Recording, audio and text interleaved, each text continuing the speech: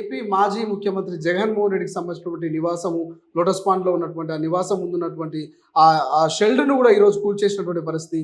So అక్కడ జగన్మోహన్ రెడ్డి గారి మీద పగను లేకపోతే జగన్మోహన్ రెడ్డి గతంలో పవర్ లో ఉన్నాడు అప్పుడు ఏమి చేయలేదు అని అంటే అప్పుడు జగన్మోహన్ రెడ్డి గారికి కేసీఆర్ గారికి ఉన్న సంబంధ బాంధవ్యాల గురించి కూడా మాకు అవసరం లేదు. మాకు జగన్మోహన్ రెడ్డితో కూడా ఏమి గొడవలు లేవు. మాకు ఆ రాష్ట్రం వేరు, ఈ రాష్ట్రం విడిపోయింది, మాకు సంబంధాలు లేవు. సో ఇప్పుడు మేము ఒక కామన్ మ్యాన్ గా ఎవరైతే ఆక్రమణలు చేస్తారో రూల్ ప్రకారంగా జిహెచ్ఎంసీ ఏం చేయాలనుకుంటే అప్పుడు వీళ్ళు చేయనీయలేదు ఈ 10 ఏళ్ల కాలంలో. ఇప్పుడు ఖచ్చితంగా అధికారులను వాళ్ళ డ్యూటీ వాళ్ళు చేస్తున్నారు. సో దాన్ని ఆపమంటారా చెప్పండి. మరి ఎందుకు ఆపాలి? మనం ప్రజాపయోగ కార్యక్రమం అంటే ప్రజలకు మంచి చేస్తున్నాం మనం. ఇప్పుడు దాన్ని అప్రిషియేషన్ చేసే వాళ్ళు చాలా మంది ఉన్నారు. అట్లాగే నాలాల కబ్జాలు అది మునిగిపోయి చచ్చిపోతా ఉంటారు. లేఅవుట్ ఇచ్చిన ఆఫీసర్ల దగ్గర నుంచి, కన్స్ట్రక్షన్ పర్మిషన్ ఇచ్చిన ప్లానర్ల దగ్గర నుంచి, మున్సిపల్ సిబ్బంది దగ్గర నుంచి ఎవడెవడు తప్పు చేసిండో వాళ్ళందరూ ఎట్లా కళ్ళు మూసుకొని ఇస్తారా? వాళ్ళు చచ్చిపోతే ఎట్లా రేపొద్దురా కదా? అప్పుడు మరి నువ్వు తీసుకున్నావు, ఎవడొచ్చినా సరే అని అన్నావు. కేటీఆర్ ఏం చేశాడు? హుస్సేన్ సాగర్ ను మంచినీళ్ళు పరంగా చేస్తానన్నాడు. దాన్ని వాళ్ళ అయ్యనేమో ఆకాశ రుణాలు కడతానన్నాడు ఆయన. మరి ఎవరు ఇద్దరు కట్టారా?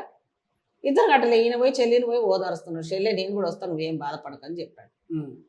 ఇక పాఠ్య పుస్తకాల విషయానికి వస్తే ప్రభుత్వ బడిబాట కార్యక్రమం శురువైంది. ప్రభుత్వ బళ్ళు కూడా స్టార్ట్ అయినాయి. కాబట్టి ఆ పాఠ్య పుస్తకాలు ఉన్నటువంటి మొదటి పేజీని చింపాల్సిన అవసరము రాష్ట్ర కాంగ్రెస్ ప్రభుత్వానికి ఎందుకు వచ్చింది? తప్పు కదా.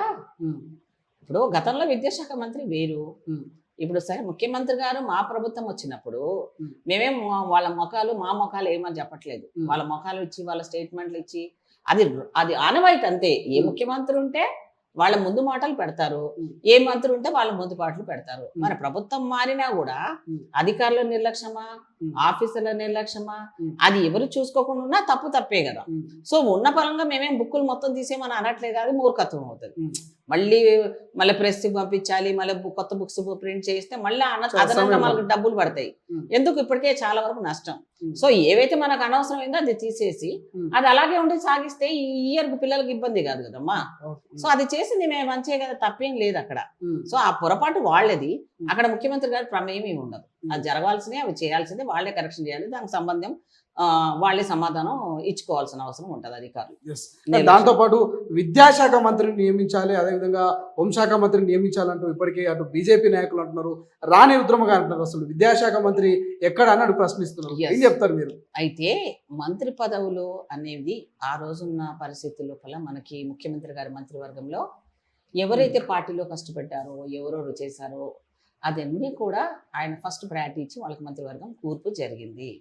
తర్వాత మనకు జరిగిన ఎన్ని అఘోరాలు జరిగినాయి, ఎన్ని జరిగిన ఆర్థిక వ్యవస్థ జీరో అయిపోయింది. ఒక పక్కన మనకు వాగ్దానాలు 6 ఉన్నాయి, ప్రామిసెస్ ఇచ్చాము. దేని మీద కాన్సన్ట్రేట్ చేయాలన్నా మంత్రివర్గ కూర్పు మీద పెట్టాలా. కానీ విద్యాశాఖ, హోంశాఖ ఇంపార్టెంటే, నేను కాదనను. ఇప్పుడు నీట్ ఎగ్జామ్స్ కూడా కేంద్ర ప్రభుత్వము ఆ తప్పుదానికి మరి ఇప్పుడు ఎవరు అడగాలి అంటే దానికి ఇక్కడ ఉన్న విద్యాశాఖ మంత్రి వెళ్ళి కేంద్రంతో ఫైట్ చేయొచ్చు. లేకపోవడం వల్ల ఇవన్నీ ఇబ్బంది అవుతున్నాయి. కానీ ముఖ్యమంత్రి లెవెల్లో కొంత సమయం తీసుకున్నప్పుడు అతి త్వరలోనే అవన్నీ కూడా ఫిల్ అవుతాయి. తొందరపడడం ఎందుకు? ఇప్పుడు ఇంకా చాలా పోస్టులు రావాలి, ఇంకా చాలా మంది పనిచేసిన ఆశావాహులు ఉన్నారు, కష్టపడ్డ వాళ్ళు ఉన్నారు. సో మంత్రి పదవులు ఆయన దగ్గర పెట్టుకుంటే పాపం ఆయనకి స్ట్రెయినే కదా, ప్రెషరే కదా. ఆయన ఎన్నన్నీ చూడగలడు. సో ఒక్కొక్క శాఖ ఓపెన్ చేస్తుంటే అసలు ఎండవట్లేదు. 18-12 గంటలు ఎండ కూర్చోవడం అంటే మామూలు విషయమా? ఒక పక్కన ప్రజల దగ్గరికి వెళ్తూ ఉండాలి, ఇంకో పక్కనేమో ఎమర్జెన్సీగా మనం ఇచ్చిన వాగ్దానాలు 6 నిలబెట్టుకుంటూ ఉండాలి. ఒక పక్కనేమో ఇప్పుడు పార్టీలో అంతర్గతంగా ఏమైనా ఉన్నా వాటిని బ్యాలెన్స్ చేస్తూ పోవాలి.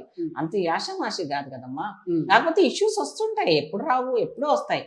మంత్రి ఉన్నా అప్పుడున్న మంత్రులు ఉన్నప్పుడు రాలేదా? ఉమెన్ కమిషన్ గతంలో వేయలేదు. కేసీఆర్ గారు వేసారా? వేయలేదు. మరి అప్పుడు జరగలేదా? రేపులు జరగలేదా? అప్పుడు అమ్మాయిల మీద అవి జరగలేదా? అప్పుడు ఆన్సర్ ఎందుకో చెప్పలేదు కేసీఆర్ గారు. ఎంత చిన్న బిడ్డల రేపులు జరిగితే బయటకు వచ్చి మాట్లాడా?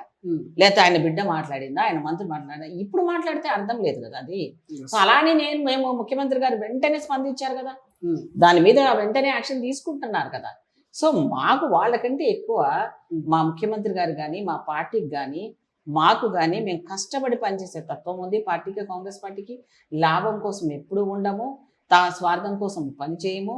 పార్టీ అనేది చాలా సీనియర్ పార్టీ. కష్టాలు వచ్చినా వాటిని అన్నుకుండా అధికారమే పరమావధిగా కాకుండా అందరినీ కలుపుకుంటూ ఈ రోజు సెక్రటరియట్లో ప్రజలకు అనుసంధానంగా మంత్రులు అందుబాటులో ఉంటూ ప్రతి కార్యక్రమాన్ని ముందుకు తీసుకెళ్తున్నారు. Yes. సో ఇది మాకు వీళ్ళు ఎన్ని ఆరోపణలు చెప్పినా బీజేపీ వాళ్ళు అట్లా అరవడం అనేది కేసీఆర్తో లోపల ఇంటర్నల్ లింక్ ఉన్నప్పుడు ఎందుకు అరవలేదు కిషన్ రెడ్డి? ఎంక్వైరీ చేయమని కేంద్రంలో మోడీ గారే ఉన్నారు కదా, అప్పుడు ఎందుకు వేయలేదు? ఇరిగేషన్ కనపడలేదా? అప్పుడు ఉమ్, కూలిపోయింది కనబడతలేదా? అప్పుడు ఇంత స్కాములు కనపడలేదా? అంటే మీరిద్దరు మ్యాచ్ ఫిక్సింగ్ కదా, అందుకే కనపడలేదు. ఇప్పుడు ఆ రిజల్ట్ కేసీఆర్కి రాలేదు. ఉమ్, కేసీఆర్ ప్రాబ్లం ఏంటంటే పాపము నేను గెలుస్తాను, ఏదో నా బిడ్డను బయటికి తెచ్చుకుంటానన్న లెవెల్ విశ్వ ప్రయత్నం చేశాడు, ఉమ్, 0 అయిపోయాడు. ఇప్పుడు ఆయనతో పని లేదు కాబట్టి కేసీఆర్ కూడా శత్రువు అని ప్రొజెక్ట్ చేస్తున్నారు ఇప్పుడు. ఉమ్, కానీ ఎంత చెప్పినా కూడా వీళ్ళ కేసీఆర్ ఓట్లు మొన్న 100% బీజేపీకి పడినాయి, లేకపోతే అన్ని సీట్లు వచ్చేవి కావు. ఓకే. ఇది వాస్తవం, ప్రజలు కూడా గమనించారు. అసలైన తొలి వెలుగు. ఫాలో వాట్సాప్ @తొలి వెలుగు official.